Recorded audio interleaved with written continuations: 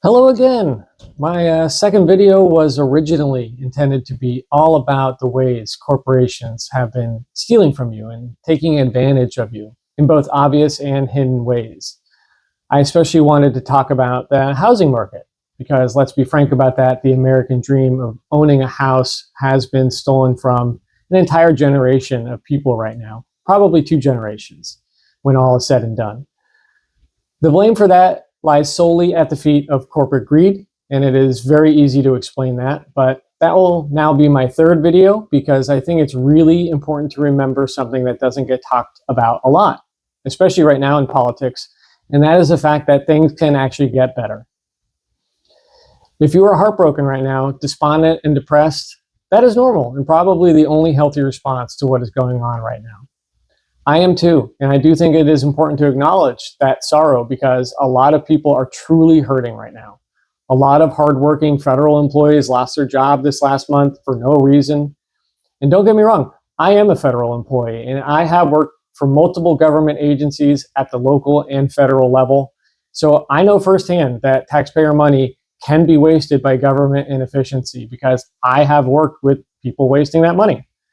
But the people that just got fired were not fired because they were bad at their jobs or unnecessary for their specific agency.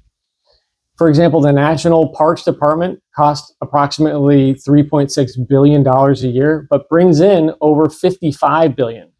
That's a return on investment that even the sharkiest of corporations would be proud of. And the IRS agents that were fired also brought in more money than their position costs. So why were they fired? The answer is they were all fired to facilitate a political agenda, and that is it. And that is kind of the point of this video, which is to really nail home the idea that all of our lives are made worse or better depending on who we vote for and how much we pay attention to their plans as well as their motivations. All of these things that we might examine from the last 40 years that got worse, they were all done by people. In the same way that they were made worse, little by little, they can be fixed.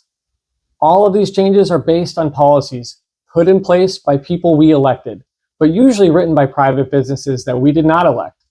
A lobbyist is someone that represents a specific business or group of businesses, and they literally pay politicians to consider rules and policies that they want changed that will benefit them, but come at the expense or detriment of the taxpayer.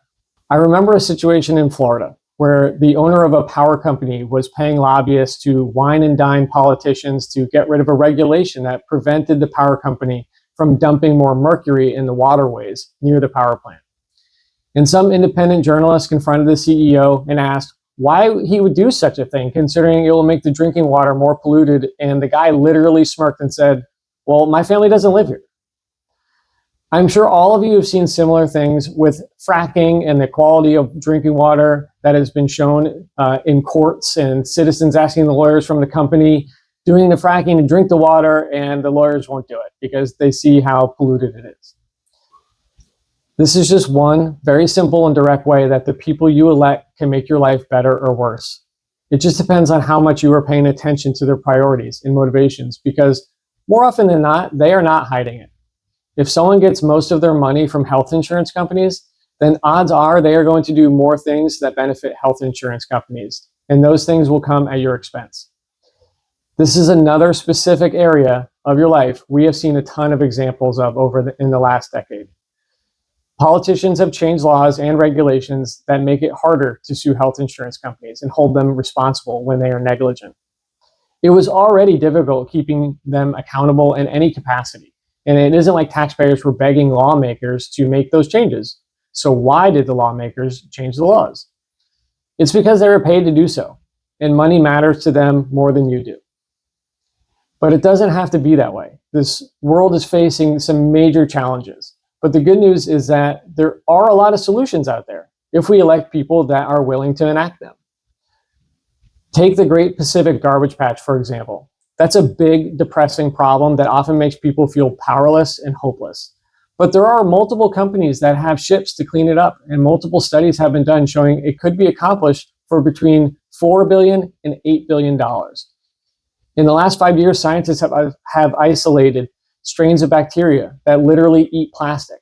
Instead of waiting 300 years for it to break down in landfills, These microbes can literally process it into clean, reusable oil that can be used over and over again in multiple industries.